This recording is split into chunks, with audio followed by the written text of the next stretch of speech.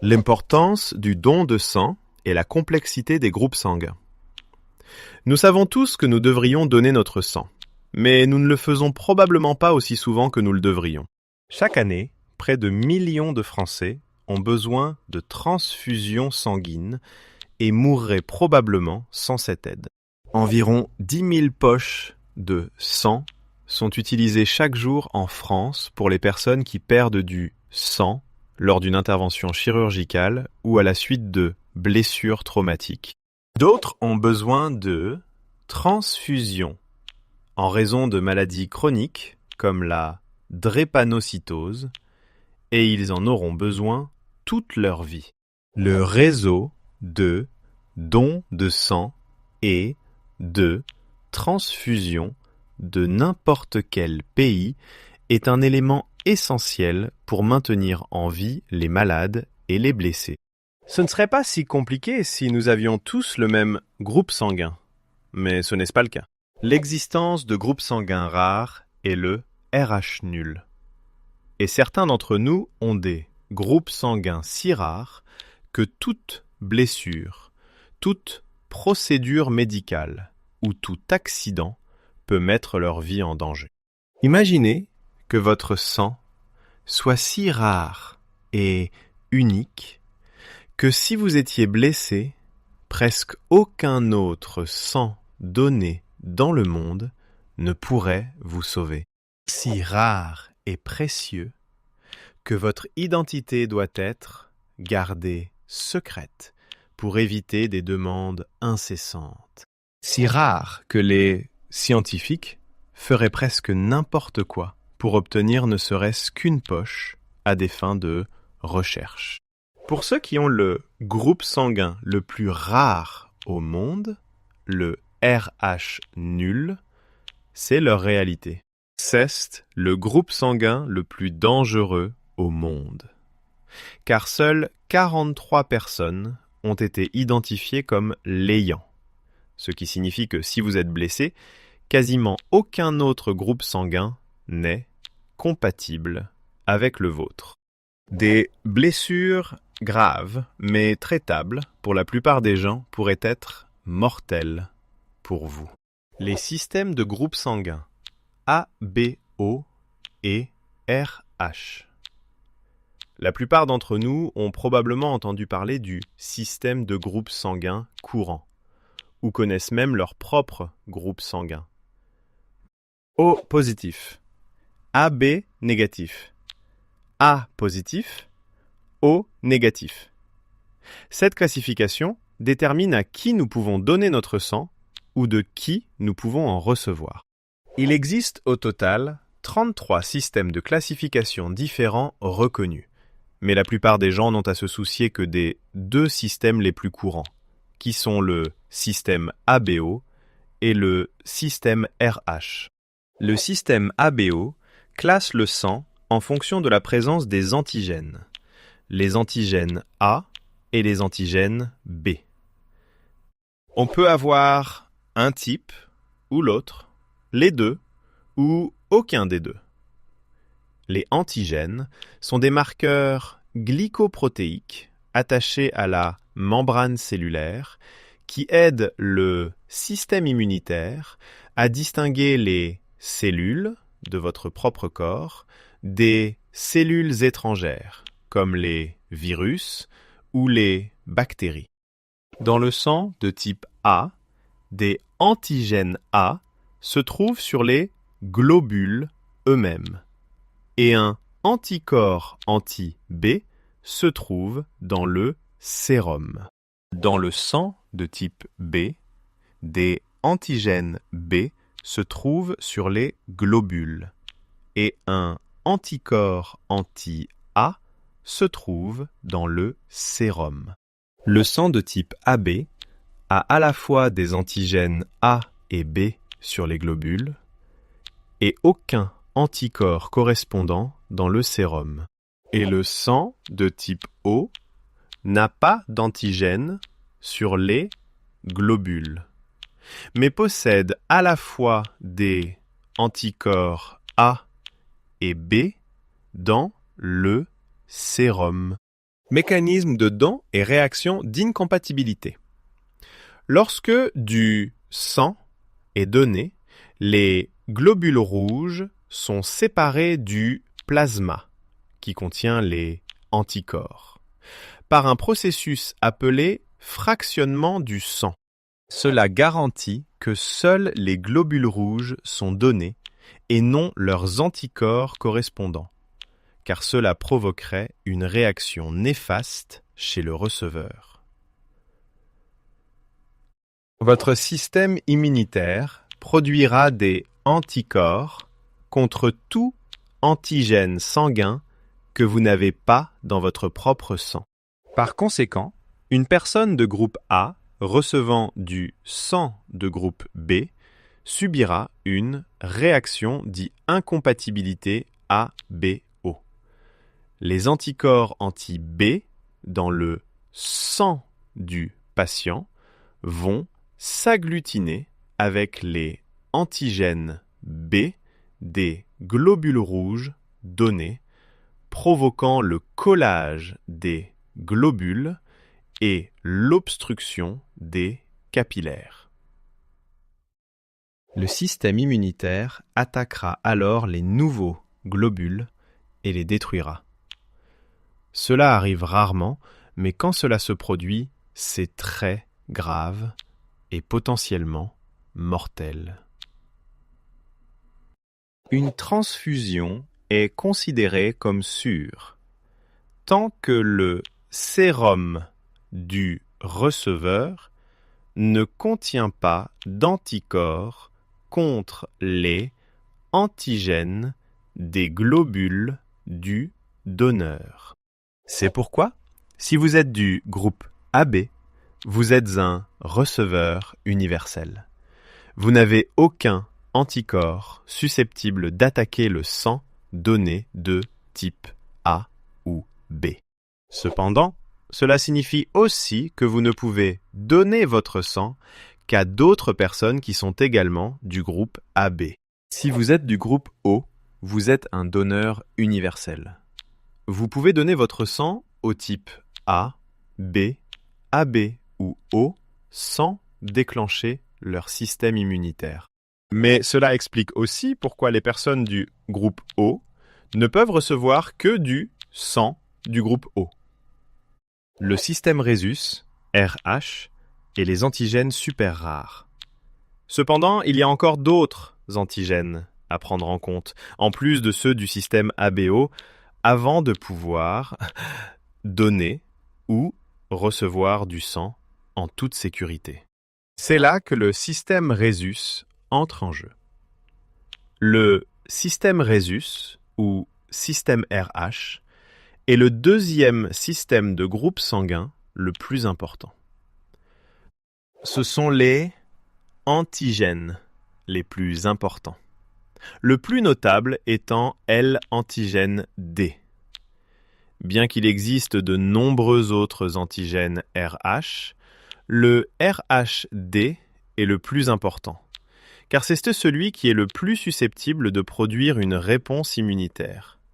Parmi les antigène RH, selon que l'antigène RHD est présent ou non, chaque groupe sanguin se voit attribuer un symbole positif ou négatif. Les personnes RHD négatifs ne peuvent recevoir que du sang RHD négatif, mais celles qui sont RHD positifs peuvent recevoir du sang RHD positif ou négatif. Les groupes sanguins négatifs, comme A négatif, B négatif, AB négatif et O négatif, sont généralement plus rares que leurs homologues positifs. Et bien que L-antigène D soit le numéro 1, le plus important du système RH, il existe au total 60 autres antigènes RH, ce qui en fait le système le plus vaste de toute classification sanguine. Et bien que ces 8 groupes sanguins soient la façon la plus courante de décrire notre sang, Chacun de ces 8 types peut être subdivisé davantage. Il existe des millions de variations, chacune classifiée par les antigènes exacts qui recouvrent la surface de nos globules rouges. Pour connaître votre groupe sanguin exact, il faudrait l'écrire antigène par antigène. Heureusement, pour la plupart d'entre nous, beaucoup des antigènes que nous possédons n'affectent pas notre capacité à recevoir ou donner du sang, car presque tout le monde les a aussi. Par exemple, plus de 99,9% des gens sont porteurs d'un antigène appelé VEL. Ainsi, pour la plupart d'entre nous, lorsque nous nous donnons du sang, nous n'avons pas à nous soucier de cet antigène, car il ne déclenchera pas de réponse immunitaire. Mais pour 5000 personnes, il y a une personne qui n'a pas l'antigène VEL. Et cette personne ne devrait pas recevoir de sang des 4999 autres. Leur système immunitaire reconnaît l'antigène VEL comme un corps étranger. Et si elles reçoivent du sang VEL positif, elles pourraient souffrir d'insuffisance rénale et même mourir. Mais les médecins recherchent tout de même autant de ces variations que possible pour garantir une correspondance absolue pour une transfusion. Mais parfois, cette correspondance parfaite est vraiment impossible. Et c'est pourquoi plus votre sang est rare, plus les choses deviennent difficiles. La malédiction du sang. Renule le sang en or. Le groupe sanguin le plus rare au monde, le renule, est ainsi nommé car il est dépourvu des 61 antigènes présents dans le système sanguin RH dont nous avons parlé. Manquer de quelques antigènes du système RH dans votre sang est déjà rare. Mais la probabilité de n'en avoir aucun est infinitésimale.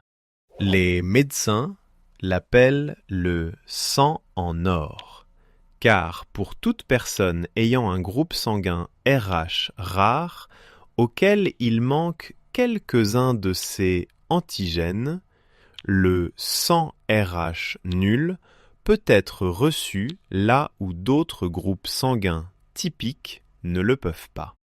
Il a un énorme potentiel salvateur. Mais pour ceux qui le possèdent, cela peut être une malédiction.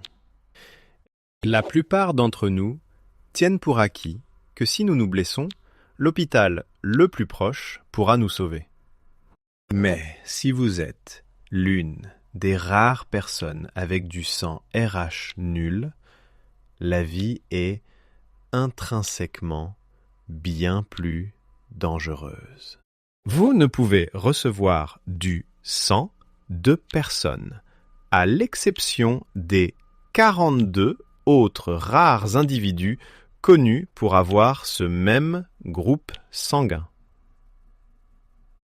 Et parmi ceux qui sont connus pour l'avoir, seule une poignée sont des donneurs actifs.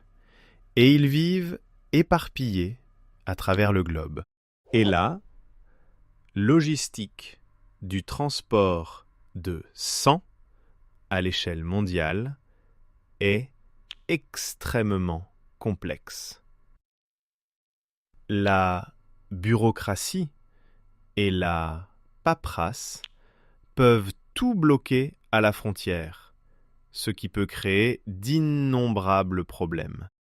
Le sang frais a une durée de conservation de 4 semaines et doit être stocké à 4 degrés Celsius, ce qui est un défi pendant le transport, surtout vers les zones reculées. Cela signifie que tout retard à la douane peut rendre le sang inutilisable. Et certains pays ont des réglementations très strictes concernant l'importation de sang. Par exemple, les Émirats arabes unis n'accepteront aucun sang dans le pays s'il ne provient pas des pays du Golfe.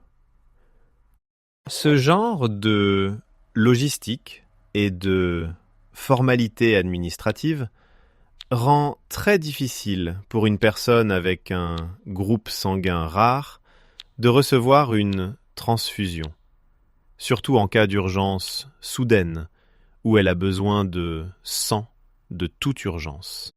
La vie risquée et pesante d'une personne au sang rare. Pour un Suisse, au sang RH nul, cela signifiait que, enfant, il ne pouvait pas aller en colonie de vacances ou pratiquer des sports de plein air, car ses parents craignaient qu'il ne se blesse sans possibilité de transfusion. Adulte, il ne peut pas voyager dans des pays sans hôpitaux modernes. La seule façon pratique pour lui de surmonter ce danger est de se donner constamment du sang à lui-même. Cela signifie que 2 fois par an, il va donner son sang pour le stocker au cas où il en aurait besoin.